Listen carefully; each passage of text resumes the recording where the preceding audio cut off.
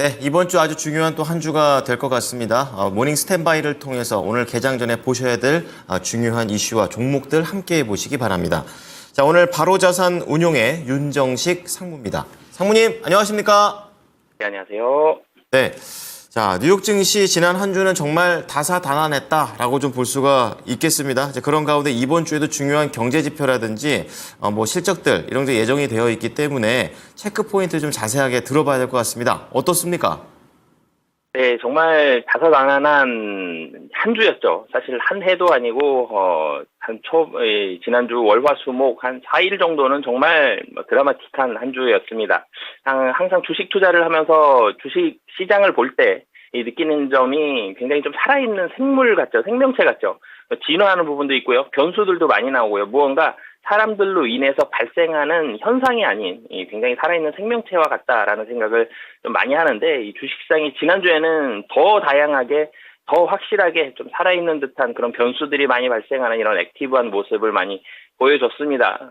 지난주 금요일은 그래도 그렇게 많이 변동성을 크게 많이 갖고 끝나는 그런 모습들은 아니었는데요. 뭐 이렇게 많이 변동성이 나타나면 투자하시는 분들은 가슴이 콩당콩당 뛰죠. 그러면서 10년 감소했다, 수명이 줄어든 것 같다라는 생각을 많이 하게 되는데, 지난주가 딱 그런 시장이었던 것 같습니다.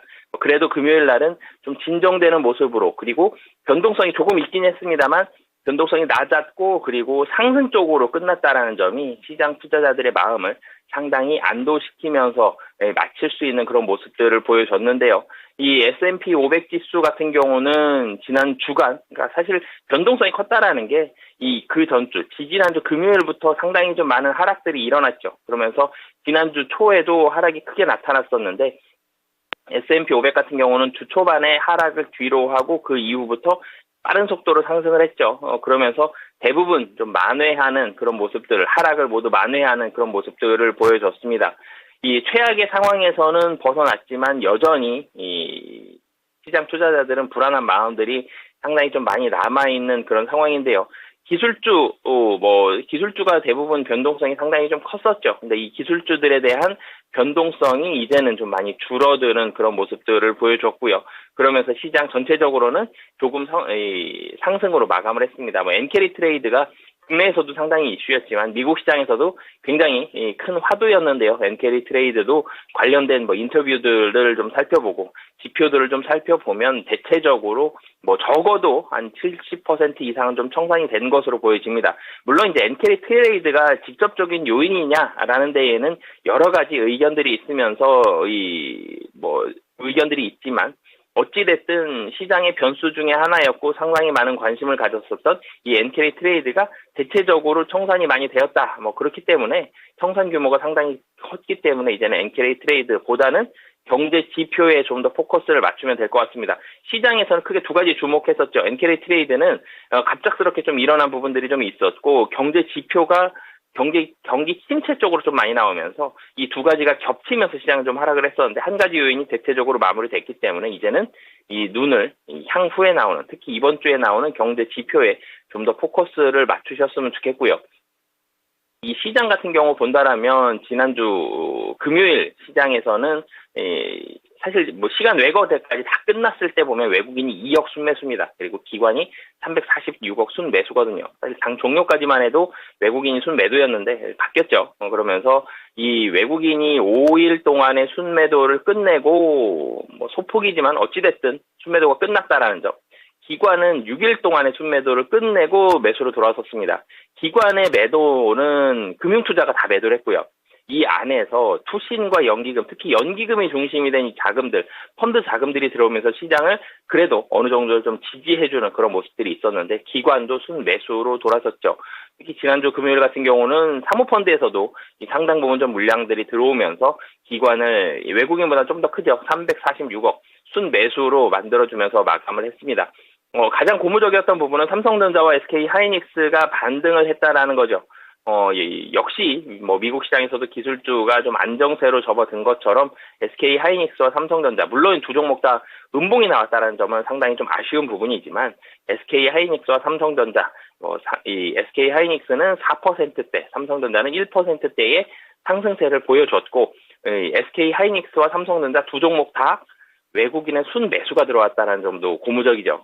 이런 긍정적인 모습들이 좀 있었고요. 그리고 그 외에 시가총액 상위 종목들, 뭐 현대차를 비롯한 시가총액 상위 종목들 대체적으로 반등을 하면서 끝났습니다.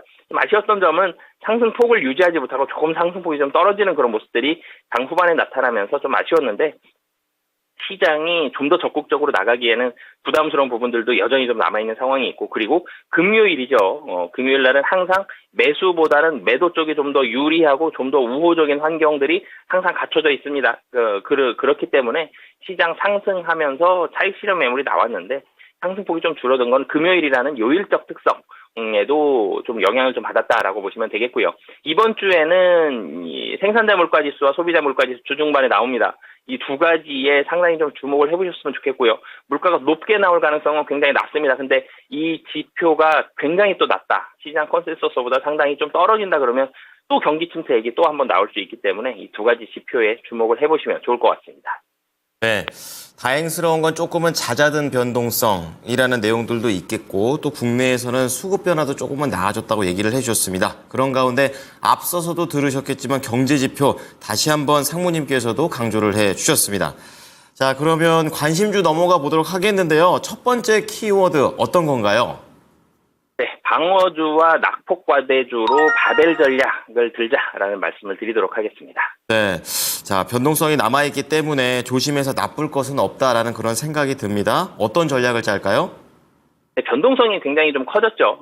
시장 바벨 전략이다라는 얘기가 나올 때에는 항상 변동성이 크거나 증시가 좋지 않거나 이런 시기에 바벨 전략이다라는 얘기들이 좀 많이 나오는 그런 모습들입니다. 최근에 변동성이 굉장히 크죠. 지금도 여전히 이 가슴은 조마조마해져 있는 그런 상황이다. 워낙 큰 변동성을 받기 때문에 시장이 하락을 하더라도 좀 천천히 하락하려면 사람들이 좀 힘이 좀 빠진다 그러고요. 좀 빠르게 하락을 한다 그러면 사실 가슴이 굉장히 좀 뛴다라는 표현들을 많이 하는데, 좀 빠르게 좀 하락을 했죠. 이 변동성이 커져 있기 때문에 이때 그럼 어떤 전략을 하는 게 효과적일 것이냐, 바벨 전략이다라는 얘기가 나오는데, 사실 바벨 전략은 이 바벨 아령과 같은 이 손잡이가 있고요. 그리고 양쪽에 무게를 달 수 있는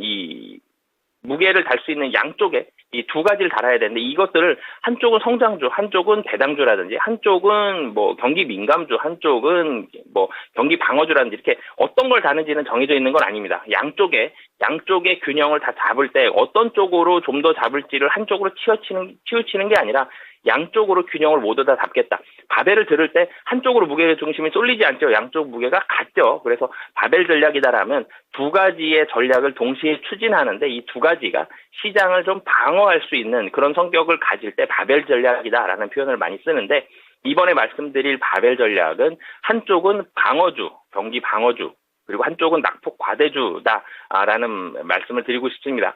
이 당분간도 경제 지표 발표할 때마다 변동성이 높게 나올 가능성은 높습니다. 제가 좀 전에도 생산자 물가지수와 소비자 물가지수 말씀을 드렸었는데, 이 나올 때마다 변동성에 대한 가능성을 항상 열어둬야 되거든요. 물론 변동성이 낮으면 시장 투자하기에는 좀 더 마음은 편안하겠습니다만, 변동성에 대한 가능성은 상당히 좀 열려있기 때문에 이런 변동성이 축소될 때까지는 바벨 전략이 상당히 유효한 상황이다라고 보시면 되겠고요.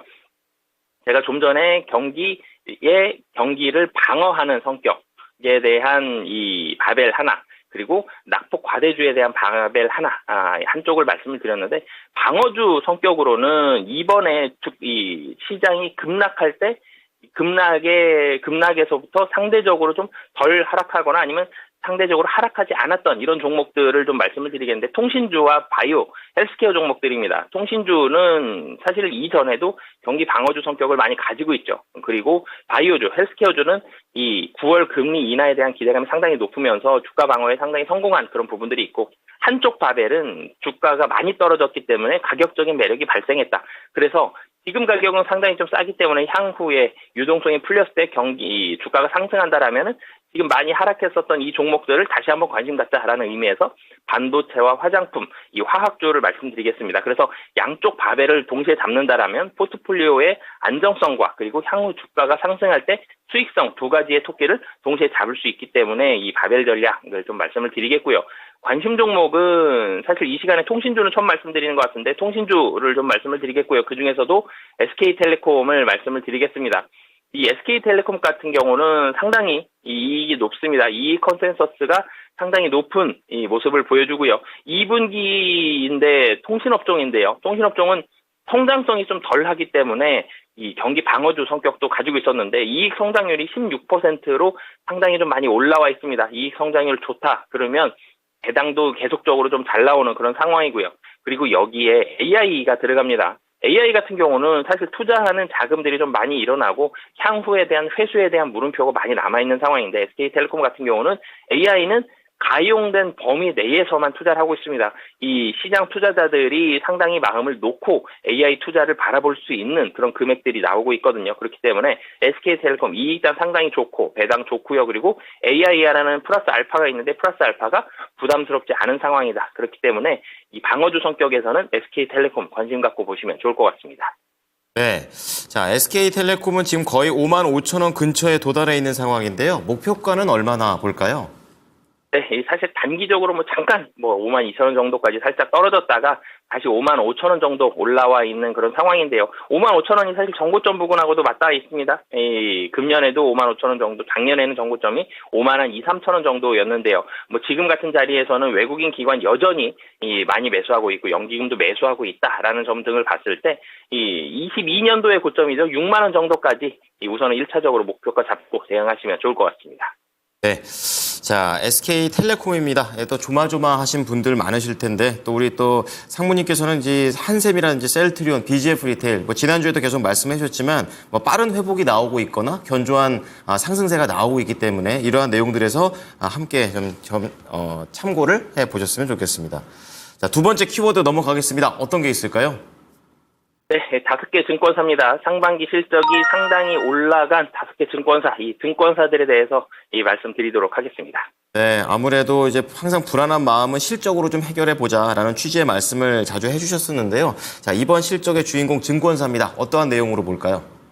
사실 증권사가 한 분기 전만 하더라도 우려감이 굉장히 많았고 그야말로 먹구름 투성이었습니다. 먹구름 투성이었는데 이제는 상당히 먹구름이 많이 거쳤고 역대급 실적이 나오면서 하반기는 좀 더 기대해 볼 만하다라는 부분을 좀 말씀을 드리겠는데요. 5개 증권사가 합치면 5개 증권사라 하면 한국투자증권, NH투자증권, 삼성증권, KB증권, 미래에셋증권 이 상위 5개 증권사인데 이 올 상반기 당기순이익이 2조 5,217억 원입니다. 연간순이익 4조 원 거의 넘을 가능성이 거의 100%죠.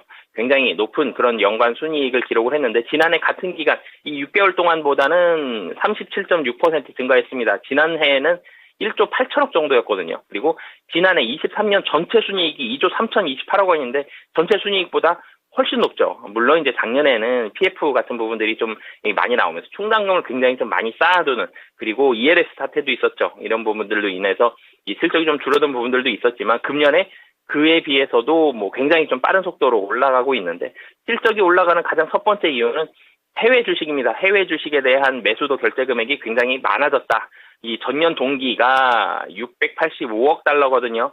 이 2분기 이번에는 전년 2분기에는 작년에 685억 달러인데 지금은 1,031억 달러입니다. 굉장히 많이 올라갔고 미국 증시에 대한 결제 금액이 52%가 늘어나는 미국 증시를 중심으로 해서 굉장히 빠른 속도로 실적이 늘어났다. 이런 부분들이 이 증권사 실적에 가장 큰 이 호실적에 대한 영향을 많이 줬다라고 보시면 되겠습니다. 그래서 이 상위 증권사 5개가 다 해외 주식에 굉장히 많은 마케팅을 쏟아붓고 있죠. 마케팅 비용들을. 그래서 이런 부분들도 보더라도 해외 주식에 대한 부분들이 상당히 이 이익단에서 많은 포션을 좀 차지하고 있다라고 보시면 되겠고요. 그리고 두 번째로는 이 금리 인하 기대감. 금리가 인하가 되면 이 가격이 오르는 1번이 채권이죠. 채권은 가격이 오르고요. 증시는 투자할 유동성이 많아집니다. 채권 가격이 올라가면서 IB 부문, 이 기업금융 부문에 대한 수수료가 많이 올라갔습니다. 개인 투자자의 회사채가 상당히 많이 올라갔거든요. 그러면서 실적이 좀 좋아지는 그런 부분들이 하나가 있었고요.